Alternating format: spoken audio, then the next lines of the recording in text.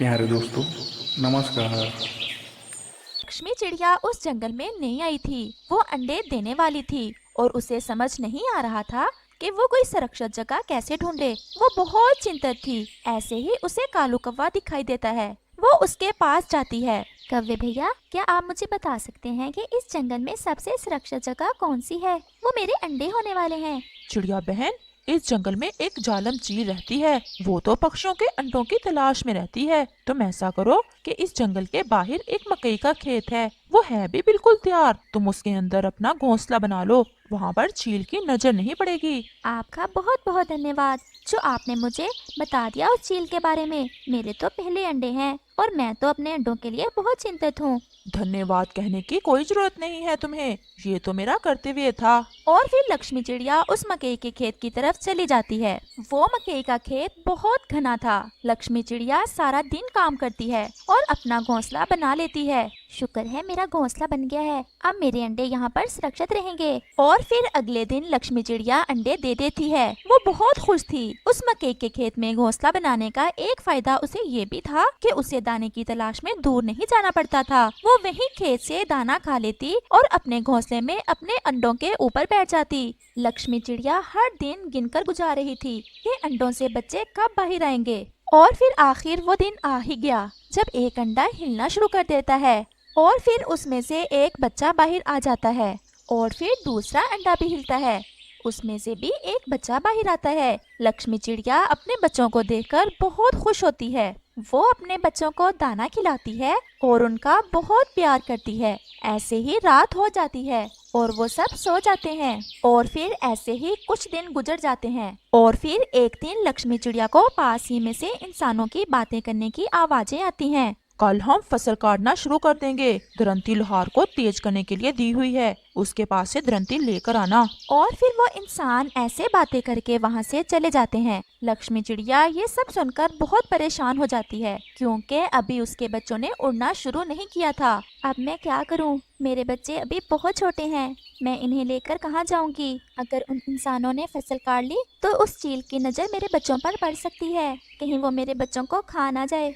लक्ष्मी चिड़िया बहुत परेशान थी। वो इसी परेशानी में कालू कौवे की तरफ जाती है। आओ आओ चिड़िया, कैसी हो और तुम्हारे बच्चे कैसे हैं? हाँ कौवे भैया, मैं ठीक हूँ और मेरे बच्चे भी बिल्कुल ठीक हैं। लेकिन अब एक मुश्किल आ गई है। वो क्या? और फिर लक्ष्मी चिड़िया कौवे को सारी बात बताती है। चिड़िया, ये तो परेशानी वाली बात है। तुम्हारे बच्चे वहाँ सुरक्षित हैं। अगर तुम उन्हें कहीं और लेकर गई तो वो चील तो उन्हें खा जाएगी। वैसे मेरे जहन में एक बात आ रही है, हम क्यों ना उन इंसानों के पास जाएं जिनकी ये फसल है और उनकी मिन्नती करते हैं कि वो कुछ रोज अपनी फसल ना काटे। कौवे भैया, क्या वो हमारी बात मान जाएंगे?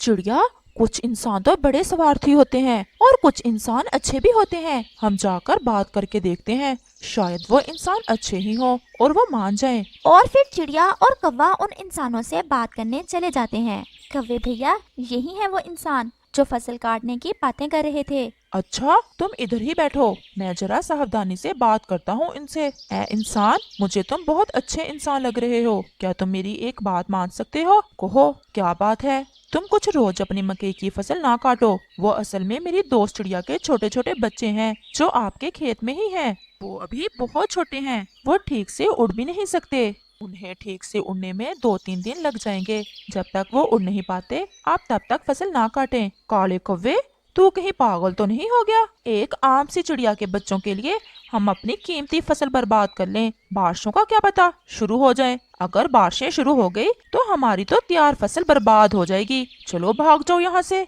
वरना एक लगाऊंगा।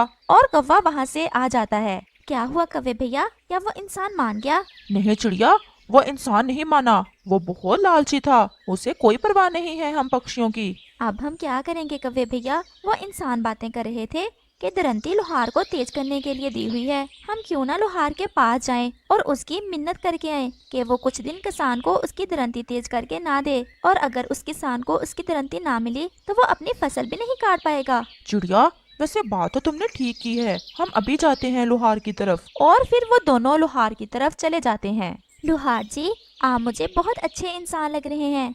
क्या आप मेरी मदद कर सकते हैं? क्या बात है चिड़िया, जल्दी बताओ, मैं ये तुरंत ही तेज कर रहा हूँ। किसान आता ही होगा अपनी दरंती लेने के लिए। लुहार भैया, आप प्लीज कुछ दिन ये दरंती तेज ना करें। उस किसान के खेत में मेरा घोंसला है और घोंसले में मेरे छोटे छोटे बच्चे हैं। अगर किसान ने अपनी फसल काट ली तो मेरे बच्चों को चील खा जाएगी। चिड़िया, अपने बच्चों की तो तुम्हें फिक्र है। अगर मैंने किसान को दरंती ना तेज करके दी तो किसान मुझे पैसे नहीं देगा और मैं अपने बच्चों को भोजन कैसे खिलाऊंगा। और लोहार भी उनकी बात मानने से इनकार कर देता है और वो वहाँ से भी नाराज होकर आ जाते हैं और वो दोनों एक पेड़ पर बैठ जाते हैं। कव्वे भैया, उस लोहार पर तो हमारी आखिरी उम्मीद थी, अब हम क्या करेंगे? चिड़िया, मेरे जहन में एक बात आ रही है। वो क्या कव्वे भैया? बस हम यहीं बैठे रहते हैं और आगे तुम देखना मैं क्या करता हूँ। और फिर लक्ष्मी चिड़िया और कालू कौवा वहाँ ही बैठे रहते हैं। फिर कुछ देर बाद वो किसान भी अपनी दरंती लेने आ जाता है। वो जैसे ही अपनी दरंती लेकर वहाँ से गुजरने लगता है, कालू कौवा जल्दी से जाकर किसान से दरंती छीनकर उड़ जाता है। फिर क्या था, कौवा आगे आगे और किसान उसके पीछे पीछे। कालू कौवा वो दरंती लेकर सीधा सागर की तरफ ले जाता है और जाकर उस दरंती को सागर के पानी में गिरा देता है।